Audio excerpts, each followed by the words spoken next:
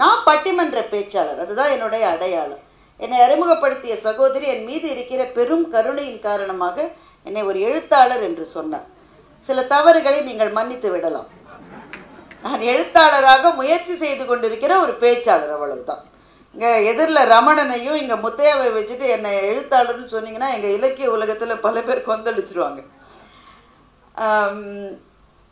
எங்களினுடைய உலகம் பட்டிமன்ற உலகம். அதில் ரொம்ப ரொம்ப முக்கியமானது பறந்து வருகின்ற அந்த சரங்களை, அதாவது அந்த அம்புகளை வாங்கி அதை அப்படியே திருப்பி கொடுக்கணும். அதுதான் எங்களுக்கு இருக்கிற சேலஞ்ச்.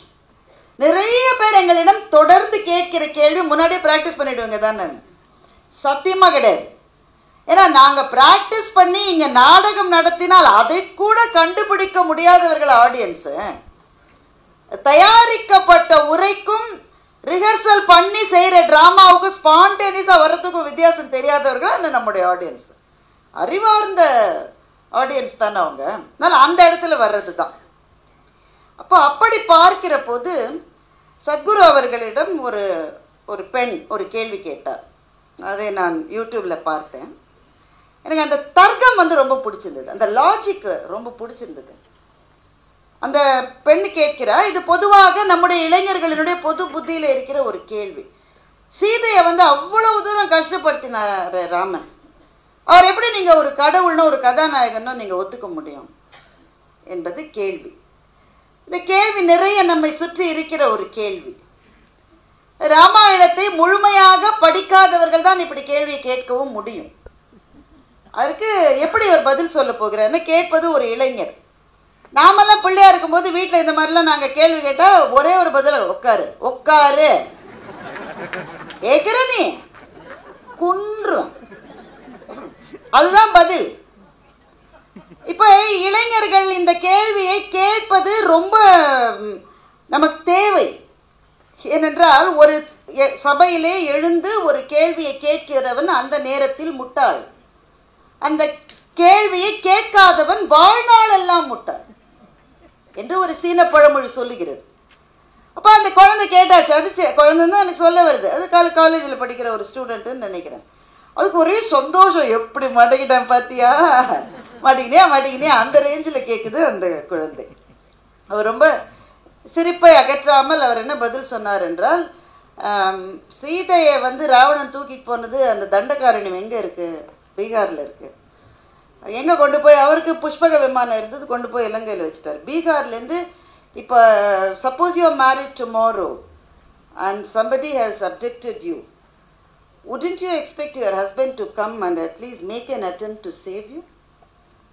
இவ்வளவு தூரம் நடந்து அவளுக்காக அந்த கணவன் காதலாகி கசிந்து கண்ணீர் மல்க. கம்பராமாயணத்தில் பெரும்பாலான பாடல்கள் ராமனுடைய காதலை சொல்லுகிற பாடல். ராமனுடைய பெருங்காதல் தான் கம்பராமாயணத்தில் மிக அதிகமாக பேசப்படுகிறது.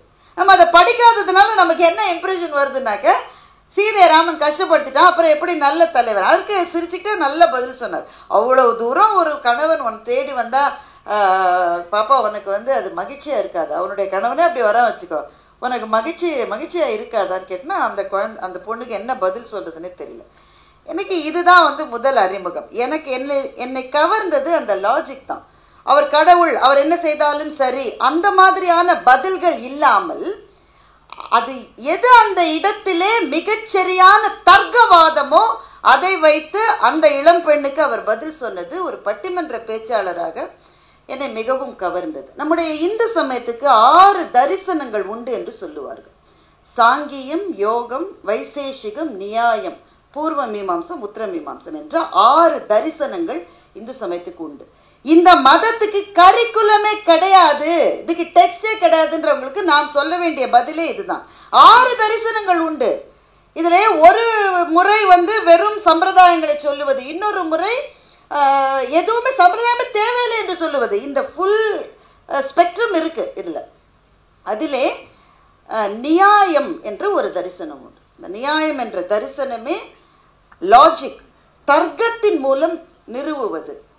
அப்போ நமக்கு எதிர்கருத்து கொண்டிருப்பவர்களை வெறுப்பதனால் அல்ல, அவர்களை சபையிலே வைத்து அவமானப்படுத்துவதனால் அல்ல, மறைவிலே நின்று தன்னுடைய பெயரையும் ஐடென்டிட்டியையும் மறைச்சிக்கிட்டு அவங்கள பத்தி தவறான செய்திகளை போடுவதனால் அல்ல, அந்த தர்க்கத்தை நேருக்கு நேர் நின்று தர்க்கவாதமாக அதற்கு பதில் சொல்லி அந்த இடத்தில் தன்னுடைய கருத்தை நிறுவுவதுதான் இன்றைக்கு நம்முடைய இளைஞர்களுக்கு ரொம்ப தேவையாக இருக்கிறது என்று நான் நினைக்கிறேன்.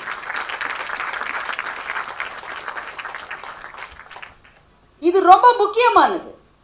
நமக்கு இன்னைக்கு இருக்கிற பிரச்சனை என்னவென்றால், நம்முடைய குழந்தைகள் நம்மை பார்த்து நம்முடைய தத்துவங்களை பற்றி அல்லது நம்முடைய நம்பிக்கைகளை பற்றி நம்முடைய மண்ணினுடைய தர்மங்களை பற்றி கேள்விகள் கேட்கிற போது பெரும்பாலும் நம்முடைய பதில் சும்மாரு, இதெல்லாம் கேட்கக்கூடாது என்பதாக இருக்கிறது. ஏன் அப்படி பதில் சொல்றோம்? ஏன்னா நமக்கே தெரியாது. கிளாஸ்ல எழுந்து ஒரு குழந்தை கேள்வி கேட்கும் போது டீச்சர் வந்து உட்காரு எல்லாருக்கும் புரிஞ்சிருச்சு, உனக்கு மாத்திரம் புரியலையா? என்ன அர்த்தம்? டீச்சருக்கு பதில் தெரியாதுன்னு தான் அர்த்தம். அது அப்போ நாம் பதில் தெரியாதவர்களாக இருப்பதை மறைப்பதற்காக நம்முடைய குழந்தைகளை அச்சுறுத்துகிறோம், அல்லது இப்படிதான் தேவையில்லாம ஏதாவது கேள்வி கேட்டுக்கிட்டே இருப்பான்னு அந்த குழந்தையை பற்றி ஏதோ ஒரு அபிப்பிராயத்தை நாம் செலுத்துகிறோம் என்றால் அவர்கள் முன் நாம் பொருளற்றவர்களாக நிற்கின்றோம். பொருளற்றவர்களாகவும் இந்த உலகத்துக்கு பொருத்தமற்றவர்களாகவும் நாம் நிற்கின்றோம். அப்ப அவர்கள் இருப்பதாக அவர்கள் நம்பிக்கொண்டிருக்கிற அறிவுலகத்தில் நமக்கு என்ட்ரியே கிடையாது. இதுதான் இன்றைக்கு இருக்கிற யதார்த்தம். அவர்கள் அறிவுலகத்தில் இருக்காங்களான்றது வேற டிபேட், அது தனியா பேசலாம். ஆனா அவர்கள் அப்படித்தான் நம்புறாங்க. நான் இருக்கிற இந்த இன்டெலெக்சுவல் ஸ்பேஸ்ல உனக்கு வாசல்ல கூட நீ நிற்க முடியாதுன்றாங்க. ஆனா நாம் சொல்ல விரும்புகின்ற தத்துவங்கள் ஆண்டாண்டு காலமாக சொல்லப்பட்டு அறிவுலகத்தின் சிகரங்களை தொடுகிற விஷயங்களை கையில வச்சுட்டு ஆனா குழந்தைகளுக்கு கொடுக்க முடியாதவர்களாக இருக்கின்றோம். கையில நல்ல சாப்பாடு இருக்குங்க, பிள்ளைக்கு பசி இருக்கு, கொடுக்க முடியாத ஒரு அம்மாவை நான் இருந்தா எனக்கு எவ்வளவு குற்ற உணர்ச்சி வருமோ அந்த உணர்ச்சி எனக்கு வருகிறது. அப்போ அவரினுடைய இந்த புத்தகமும் சரி, அவர் கேள்விகளுக்கு பதில் சொல்லுகிற முறையும் சரி, அவருடைய அப்ரோச் வந்து it's always based on logic. அதுதான் இன்றைய இளைஞர்களுக்கு மிக மிக தேவையாக இருக்கிறது. குழம்புகிற அவர்களுடைய மனதை அது தெளிவு என்கின்ற பாதையிலே செலுத்துகிறது என்ற முறையில் இந்த புத்தகத்தை எழுதியதற்காகவும் வடிவமைத்ததற்காகவும் அதில் உழைத்த எல்லாருக்கும் என்னுடைய நன்றியை நான் தெரிவித்துக் கொள்கின்றேன். நீங்க கொஞ்சம் கம்மியா கைத்தட்டுறீங்களோ?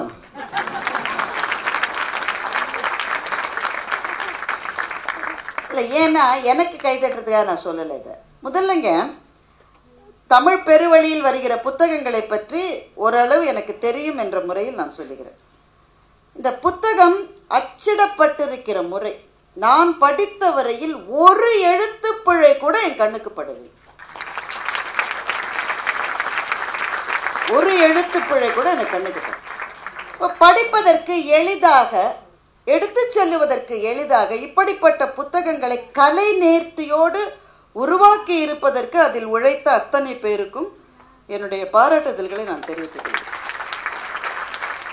ஏன்னா பாட்டு எழுதி பேர் வாங்குபவர்கள் சில பேர், குற்றம் கண்டுபிடித்தே பேர் வாங்குபவர்கள் சில பேர் இல்லையா? நாங்கள்லாம் ரெண்டாவது. ஒரு புத்தகத்தை எடுத்த உடனே அதில் இருக்கிற அந்த அச்சு பிழை, அந்த இந்த பிழை, அப்புறமா இந்தந்த பிழைகள் இருக்குன்னு அவங்களே கீழே போட்டிருப்பாங்க. 29ஆம் பக்கத்தில் ஈத்து இச்சு இல்லைன்னு அவங்களே போட்டிருப்பாங்க. இதை செய்வதற்கு அந்த புத்தகத்தையே சரி செய்திருக்கலாம். அந்த மாதிரி நேர்த்தியோடு செய்ய வேண்டும், தவறுகள் வரக்கூடாது என்ற கவனத்தோடு உருவாக்கப்பட்டிருக்கிறது இந்த புத்தகம்.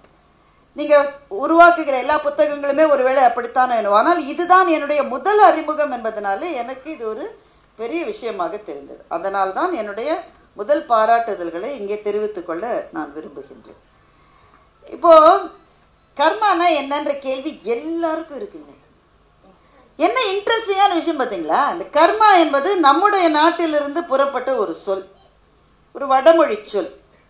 இன்றைக்கு இது எல்லா ஆங்கில டிக்ஷனரிஸ்லையும் இந்த சொல் இருக்கு. உலகம் முழுவதும் இந்த சொல் இருக்கிறது.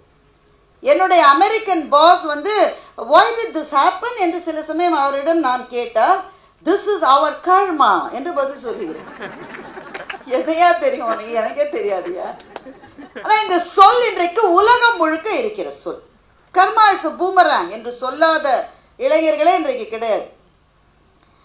இந்த சொல் போய் சேர்ந்திருக்கிற அளவு அந்த சொல்லுக்கு பின்னாலே இருக்கிற மாபெரும் விரிவாக்கங்கள் போய் சேர்ந்திருக்கிறதா என்றால் இல்லை. இங்கே இருக்கிற இந்த முகப்பிலேயே நீங்கள் பார்க்கலாம், விதியை வெல்லும் சூத்திரங்கள் என்று இருக்கின்றது. நமக்கு சொல்லப்பட்ட முதல் விஷயமே விதியை வெல்ல முடியாது என்பது. அப்படிதான் நமக்கு முதல்ல சொல்லியிருக்காங்க. வள்ளுவர் 2 விதமாகவும் இதை சொல்லுகிறார். ஊழிற் பெரு வலியாவுள மற்றொன்று சூடினும் தான் முந்துரும் என்று சொல்லுகின்றார். அதை விட பெரிய வலிமை என்ன இருக்கிறது இந்த உலகில் என்று அவர் கேட்கின்றார். இந்த மண்ணில் தோன்றிய சமணம் என்கின்ற மதமே ஊழினுடைய சக்தியை சொல்லுவதற்காகவே எழுந்த மதம். அப்படிதானே? அதனால்தான் சிலப்பதிகாரம் சொல்லுகின்ற 3 செய்திகளில் மிக முக்கியமான ஒரு செய்தி ஊழை பற்றியது. ஊழ்வினை உறுத்து வந்து ஊட்டும். அப்போ இந்த மண் எப்போதுமே எதை நம்பியது என்றால் ஊழை மாற்ற முடியாது. வள்ளுவர் இதை கொஞ்சம் வேற ஒரு கான்டெக்ஸ்ட்ல சொல்ற போது ஊழையும் முப்பக்கம் காண்பர் உலைவின்றி தாழாது உயற்றுபவர்னு சொல்றாரு. நீ அதை கூட ஜெயிக்கலாம் பாவம், முயற்சியில் நீ எச்சரிக்கையா இரு. ஆனா பெரும்பாலும் நீங்க பாத்தீங்கன்னா விதி என்கின்ற கொள்கையை பற்றி நாம் தெரிந்து வைத்திருப்பது நம்முடைய நீ சொல்றேன் என்னுடைய குறைந்த அறிவில் நான் கேட்டது அதெல்லாம் மாற்ற முடியாதுங்க. அது அப்படின்னா அப்படிதாங்க. அப்ப அதை வெல்லும் சூத்திரங்கள் என்று இருக்கிற போதே அது ஏதோ ஒரு கவர்ந்து இழுக்கிறது. எப்படி வெல்லுவது? இப்ப அதை வெல்லவே முடியாது என்பதற்காக நம்முடைய புராணங்களிலே நிறைய கதைகளே இருக்கிறது. ஜனமேஜயன் செய்த ஒரு யாகத்தை பற்றிய கதையை நீங்க எல்லாரும் கேள்விப்பட்டிருப்பீங்க. ஜனமேஜயன் ஒரு யாகத்தை செய்து கொண்டிருக்கிறார். மகாபாரதத்தினுடைய தொடக்கமே அதுதான். அந்த யாகம் நடந்து கொண்டிருக்கிறது. அந்த யாகத்தை பற்றி அதற்கு முன்பே கணித்து சொல்லுகின்ற அந்த கணியர்கள், அதாவது சோதிடம் சொல்கிறவர்கள், நிமித்தம் பார்க்கிறவர்கள், இந்த இடத்திலே அந்த யாகத்தை செய்யக்கூடிய ஒரு 1000 பேர் சேர்ந்து யாகம் செஞ்சுட்டு இருக்காங்க.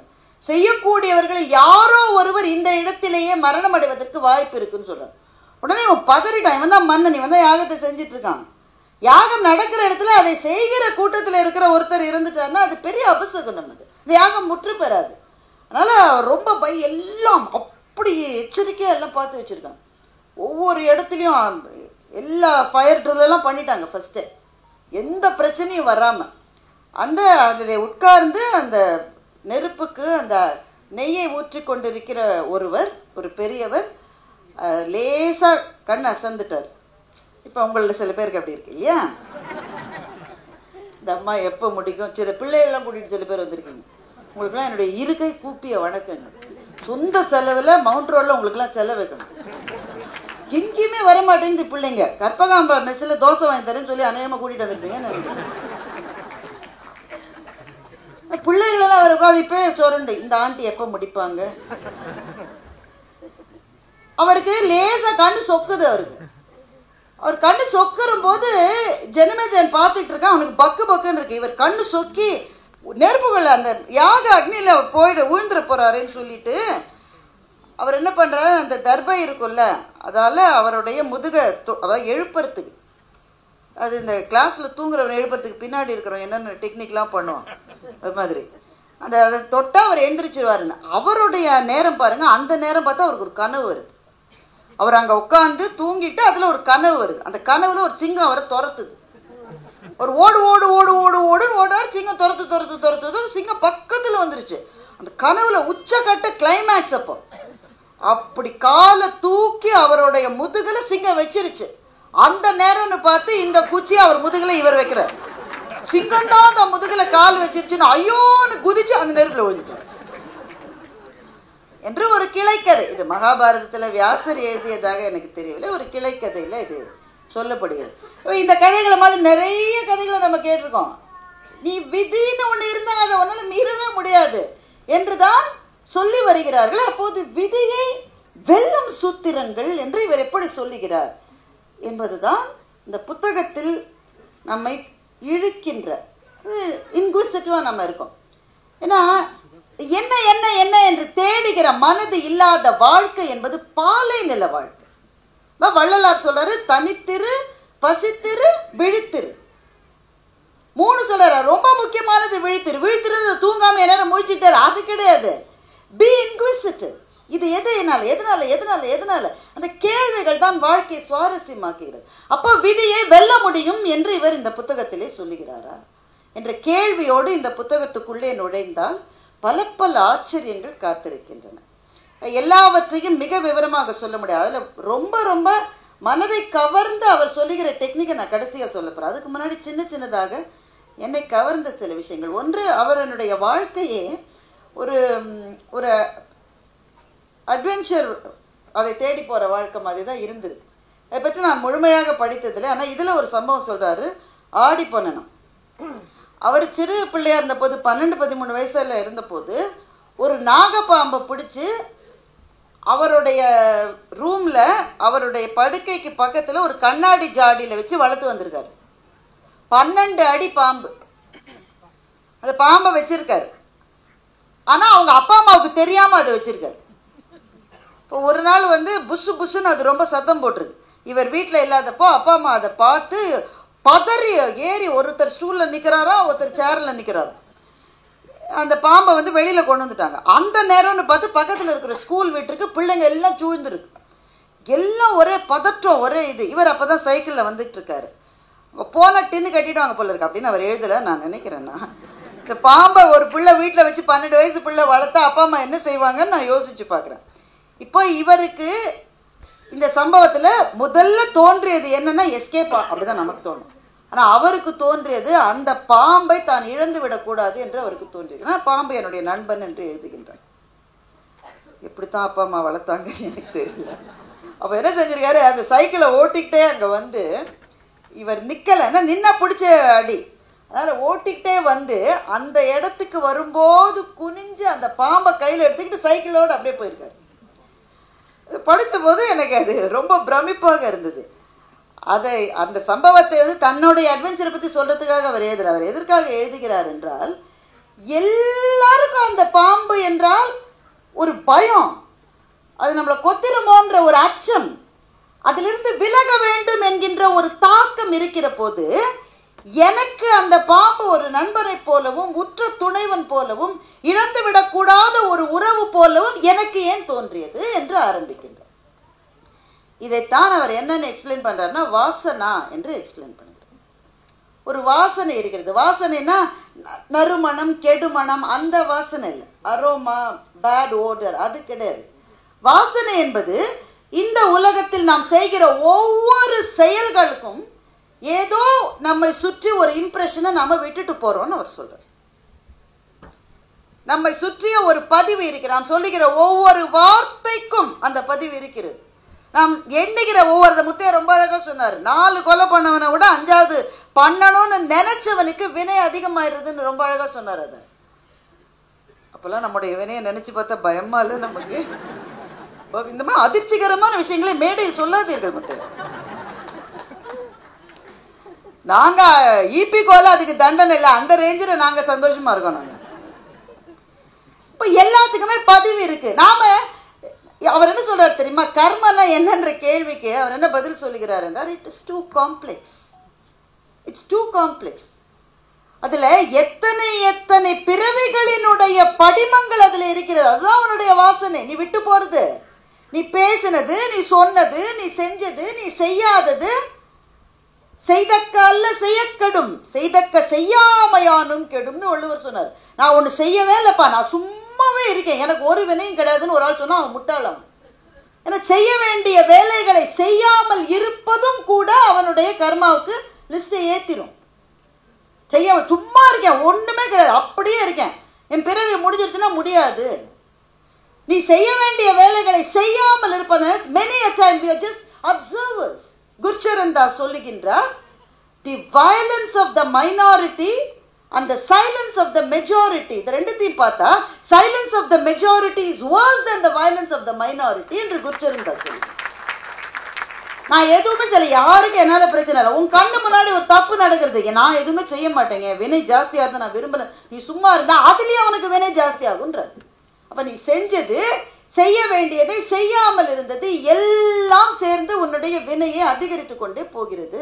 இது பாருங்களேன், இந்த வினைன்னு ஒரு கான்செப்ட் எவ்வளவு சயின்டிஃபிக்கா இருக்குன்னு மாத்திரம் யோசிச்சு பாருங்க. அதை பற்றி சர்க்குரு இந்த புத்தகம் முழுவதுமே எழுதியிருக்கிறார். நம்ம 7ஆம் கிளாஸ்ல Newton's third law of motion படித்தோம். Every action has got an equal and opposite reaction. இது படித்தோம். இது நிறுவப்பட்ட ஒரு அறிவியல் உண்மை. கர்மான்றத வினை என்றதை என்னன்னு புரிஞ்சுக்கிறதுக்கு ரொம்ப சிம்பிளா சொல்லணும், இவ்வளவுதான். நீ என்ன பண்ணாலும் கண்ணா திரும்பி வரும் கண்ணா, அவ்வளவுதான். Every action has got an equal and opposite reaction. அது திரும்பி வரும். சரி, நான் சிவப்பு சட்டை போட்ட போது ஒரு தப்பு செஞ்சுட்டேன். நான் சிவப்பு சட்டை போட்டுட்டு இருக்கிற மட்டும் எனக்கு பதிலுக்கு எதுவுமே நடக்கல. நான் தப்பிச்சுட்டேன்னா இல்லை, நீ நீல சட்டையை போடும்போது அது பதிலுக்கு வரும். அப்படிதானே? இந்த உடல் என்பதுதான் சட்டை. நீ இப்ப சிவப்பு சட்டை போட்டிருக்க, நாளைக்கு நீல சட்டை போடுவ. அது மாதிரி இன்றைக்கு இந்த உடல், அடுத்த பிறவியில் எந்த உடல்னு சொல்ல முடியாது. உயிர் அதே உயிர் தான். இந்த பிறவியிலே நீ செய்ததற்கான விளைவுகள் இந்த பிறவியிலே தான் வரணும்னு இல்லை, அடுத்த பிறவிக்கு நீ நீல சட்டை போட்ட போதும் அது வரலாம். ஆனா எப்ப வேண்டுமானாலும் வரும். இந்த கணக்குகளை கொஞ்சம் கூட தவறு செய்யாத ஏதோ ஒரு சூப்பர் கம்ப்யூட்டர் தன்னுடைய அடுக்குகளிலே பதிவு செய்து கொண்டு நம்முடைய கணக்கு வழக்குகளை பத்திரமாக வைத்திருக்கிறது. அப்போ நம்ம என்னதான் செய்வதுங்க? இப்போ நான் போன பிறவியில் செஞ்சதுக்கெல்லாம் நான் இப்போ என்ன பதில் சொல்ல முடியும்? நான் பதிலுக்கு என்ன செய்ய முடியும்? இதுல இருந்து எப்படி நான் மீண்டு வருவது? என்னுடைய குருநாதர் ஐயா இலங்கை ஜெயராஜ் சொல்வார், தீய செயல் செஞ்சா தான் வினை வரும்னு கிடையாது, நல்ல செயல் செஞ்சாலும் வரும் பாரு. என்னங்கப்பா இது? நாங்க தீய செயல்களினுடைய தாக்கத்தை குறைப்பதற்கு தானே நல்லது செய்யணும்ன்றோம். அப்ப நல்ல செயலை செய்தால் நல்வினைக்கான பயனுக்காகவும் திரும்ப பிறவி வரும்னு அவர் சொல்லுவார். அப்ப நல்வினையை செய்து செய்து செய்து நல்ல செயல்களை செய்து செய்து அந்த பிறவி ஏதோ ஒரு கட்டத்திலே அந்த கணக்கு வழக்குகளை முடித்து அது மேலே போய் சென்று சேருகிறது. சத்குரு இந்த புத்தகத்தில் என்ன எழுதுகிறார் என்றால், இதுக்கு என்ன தேவை உனக்கு என்று எழுதுகின்றார். அதை ரொம்ப ஆக்கப்பூர்வமாக விவாத பொருளாக வைத்து எழுதுகின்றார். அவர் அதை சொல்ற விதம் ரொம்ப ரொம்ப அழகா இருக்கு. நம்முடைய மரபுல நீங்க பாருங்க, ப்ரீடெஸ்டைன்ட் ஒப்பீனியன்ஸ்னு நம்ம மேல வலியுறுத்துவது நம்ம மரபே கிடையாது. இப்படித்தான், இதுதான் செய்யணும், இதை தவிர நீ எது செஞ்சாலும் நீ சொர்க்கத்துக்கு போக மாட்ட, இதுவே நமக்கு கிடையாதுங்க. அதை முதல்ல நம்ம புரிஞ்சுக்கணும். இதுதான், இப்படித்தான், இந்த கிடையாது நமக்கு. திருக்குறளுக்கு திரும்ப வரலாம். அவ்விய நெஞ்சத்தான் ஆக்கமும் செவ்வியான் கேடும் நினைக்கப்படும்னு வள்ளுவர் சொல்றாரு. அவ்விய நெஞ்சத்தான் ஆக்கம் நம்ம பார்த்துக்கிட்டே இருக்கோம். ரொம்ப கேட்டவங்க, அவன் இருக்கிற திசையில புல்லு கூட முளைக்காதுங்க. ஆனா பாருங்க, நல்ல காசு வச்சுட்டு சந்தோஷமா இருக்கான், ஒன்னும் செய்ய முடியல, நல்லா தான் இருக்கான்.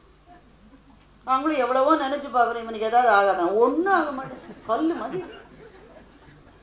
செவ்வியான் கேடும், பக்கத்துல இருக்கான் நல்லவன், நிறைய விஷயம் செய்யறான், ஆனா அவனுக்கு கெடுதல் வந்துட்டே இருக்கு.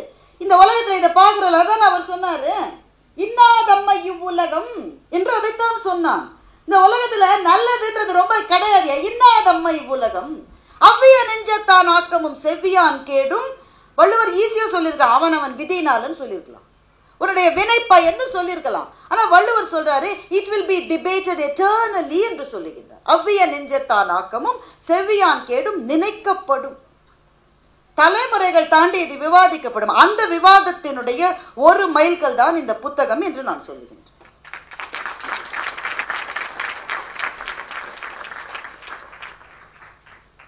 சரி, இந்த கேள்விக்கான பதில இவர் மூலமா தான் நம்ம தெரிஞ்சுக்கணுமா?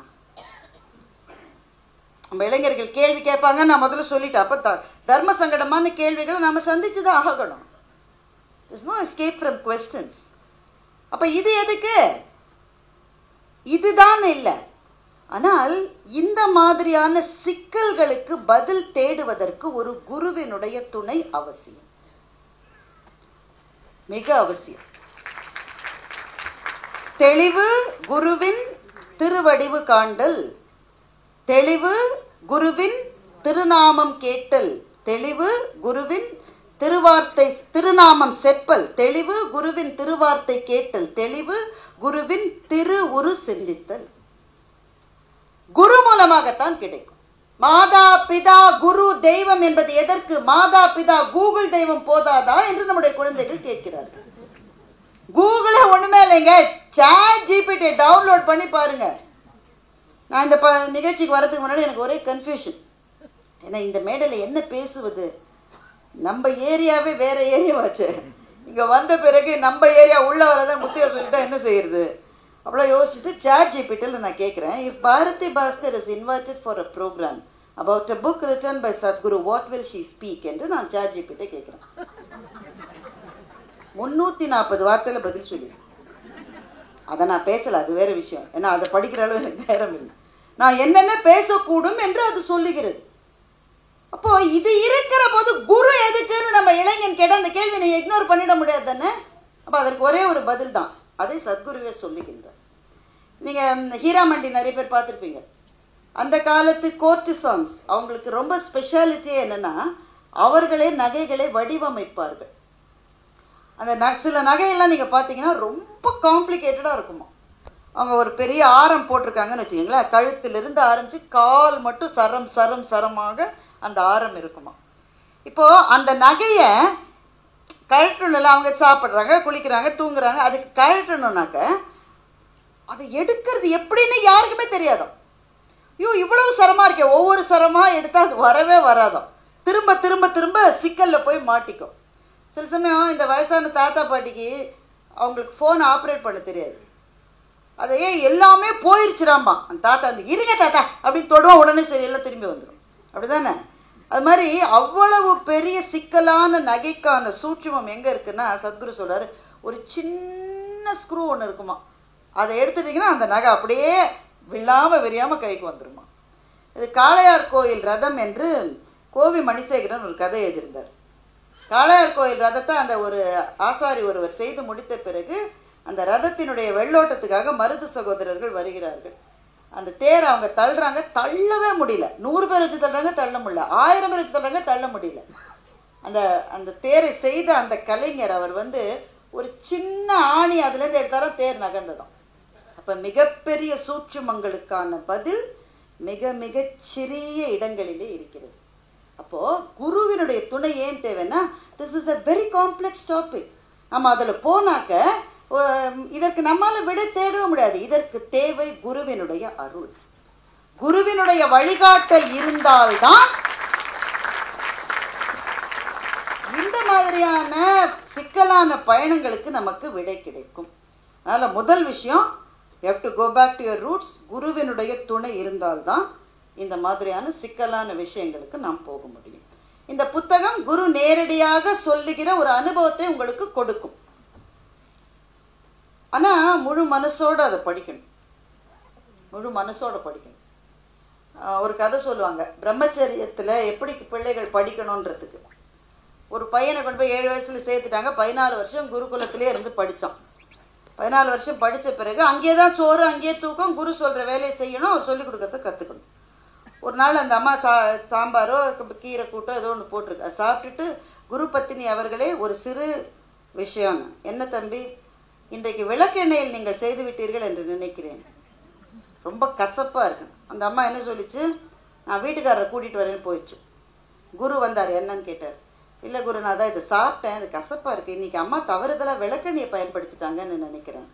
இவர் காஃபியை பற்றி சொல்லும்போது எனக்கு அதுதான் ஞாபகம் வந்தது. குரு சொன்னார், சரி உன் படிப்பு முடிஞ்சிருச்சு நீ போனார். இல்லையே பாதியில் தானே இருக்கு. இல்லைப்பா நீ போயிட்டு வா. என்ன குருவே, நான் ஒன்றும் தப்பாக கேட்கலையே, விளக்கெண்ணன் தானே சொன்னேன். நீ வந்து சேர்ந்த நாள்லேருந்தா உனக்கு விளக்கெண்ணில் தான்ப்பா நாங்கள் சோறு பொங்கி போட்டுட்ருக்கோம். இவ்வளவு நாளாக உனக்கு அது தெரியல, இன்றைக்கி தெரிஞ்சிருச்சுன்னா படிப்பில் உனக்கு ஆர்வம் குறைந்து விட்டது, இனிமேல் நீ படிக்க முடியாது. இந்த டெஸ்ட் வச்சா இன்னைக்கு ஒரு ஸ்டூடெண்ட்டு கூட வர முடியாது. அப்போது முதல்ல இந்த மாதிரி விஷயங்களை படிக்கணும்னு இருக்கிற போது you should empty the cup. உள்ள ஒன்றுமே இல்லாமல் பதில்களை தெரிந்து கொள்கிற ஆவலோடு மாத்திரமே அணுகி குருவினுடைய அருளோடு மாத்திரம்தான் விடைகளை காண முடியும். சரி, என்ன விடை? இவ்வளோ நேரம் சுற்றி சுற்றி வந்தாச்சு, என்ன விடை? நீங்கள் தான் படித்து தெரிந்து கொள்ள வேண்டும். அதை நான் சொல்லிவிட்டு அப்புறமா அவர் சொன்ன மாதிரி புத்தகத்தை யாரும் வாங்க மாட்டேன். ஆனால் ஒரே ஒரு தருணத்தை மாத்திரம் சொல்லி நான் முடித்து கொள்ளலாம் என்று இருக்கின்றேன். அவர் சொல்கிறாரு, எப்படி how to get rid of karma. அப்போ அவர் கேட்குறாரு, நீ யார்? நம்ம பார்த்து கேட்குறாரு, நீ யார்? அந்த கேள்விக்கு எந்த தளத்திலே நான் பதில் சொல்வது? நான் ஒரு அம்மா, நான் ஒரு பேச்சாளர், நான் ஒரு எழுத்தாளராக முயற்சி செய்து கொண்டிருக்கிறவர், நான் ஒரு வங்கி பணியாளர், எவ்வளோ தளங்கள்லேருந்து பதில் சொல்லலாம். ஆனால் யார் நான் என்பது அவர் சொல்றாரு, நீ என்பது உன் ஞாபகங்கள்னு சொல்ற. ஞாபகங்களை நீக்கிவிட்டால் நானே அல்ல.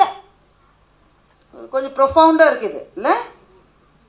ஆனால் வேற வழி இல்லை. இந்த இடத்துக்கு இந்த பேச்சை கொண்டு வரதுக்கு தான் நான் இவ்வளவு நேரம் என்னெல்லாமோ ஜிலேபி சுத்திட்டு இருந்தேன். என் ஞாபகங்கள் இல்லை என்றால் நானே அல்ல. என்ன ஞாபகங்கள்? செய்தது, செய்ய முடியாமல் போனது, வந்தது, வராமல் போனது, சுவைத்தது, சுவைக்காமல் போனது, கிடைத்தது, கிடைக்காமல் போனது, எல்லாம் நம்ம மனசுல இருந்துகிட்டே இருக்குல்ல. அப்படியே ஒரு கொந்தளிப்பு, ஒரு டர்புலன்ஸ். இந்த ஞாபகங்கள் தான் நான். சரி, ஞாபகங்களை தவிர நான் இல்லவே இல்லையா? இல்லை, இருக்கு, இன்னும் கொஞ்சம் இருக்கு.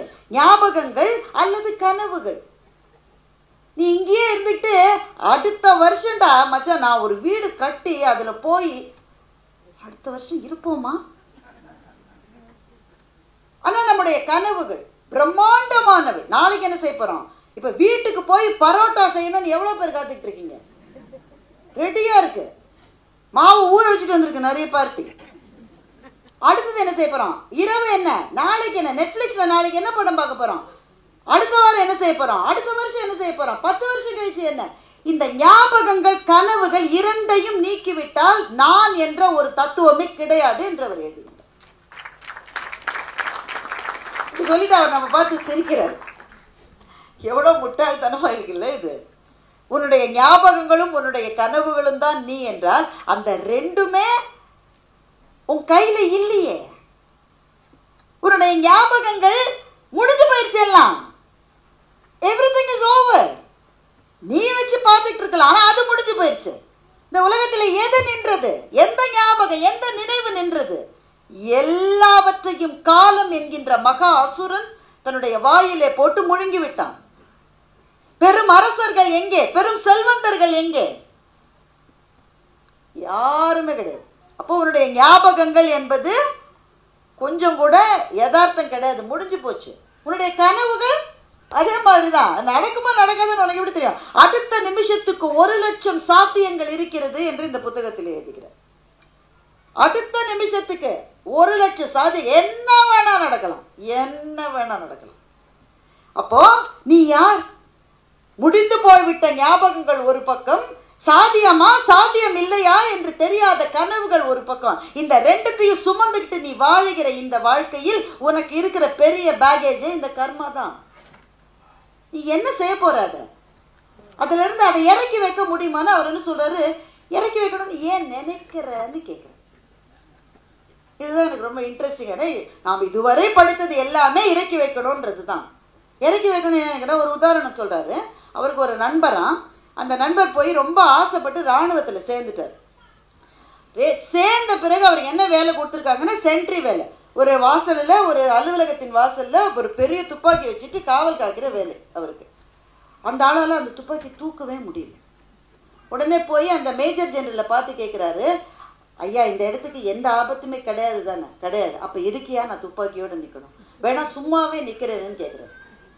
அந்த மேஜர் பதிலே சொல்லலை. சரி, துப்பாக்கி இல்லாமல் கையில் தூக்க லேசாக ஒரு குச்சியை வச்சுக்கிட்டு நிற்கட்டான்னு இவர் கேட்டிருக்காரு.